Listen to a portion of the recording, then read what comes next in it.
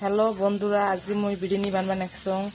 চাউল আলু ঠুমিয়ে দেওয়া কতখান করে, ডিম আছে তার সাথে মশলা দিলুম এদি, তারপরে মরিচের গুঁড়ো দিলুম অল্প, তেল ঝাল ঝাল লাগবে, ভাল লাগবে।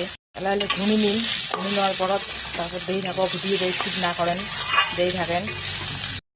এলে ঘুনি নেওয়া হল, এলা পানি দিন, ঠিক না পানি না দিলে আবার সেজে না, পানি ঢালি দিবেন একটা।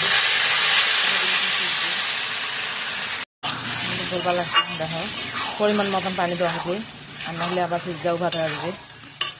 ডিমগুলি এলা এটি দিলুম, পরিমাণ মতন পানি দেওয়া হল, এলা ঢাকি দিম।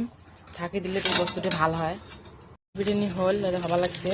এদের বিরিয়ানির মশলা দেবে লাগছ। তোমরা কেমন খান কমেন্ট করে জানান, মশলাটা দেন না দেন। বিরিয়ানিটা এতে কমপ্লিট হয়ে গেল, খাইতে তো সেই টেস্ট হয়েছে। তোমরা তো খাবার বানান, ভাল লাগলে লাইক করেন, কমেন্ট করেন।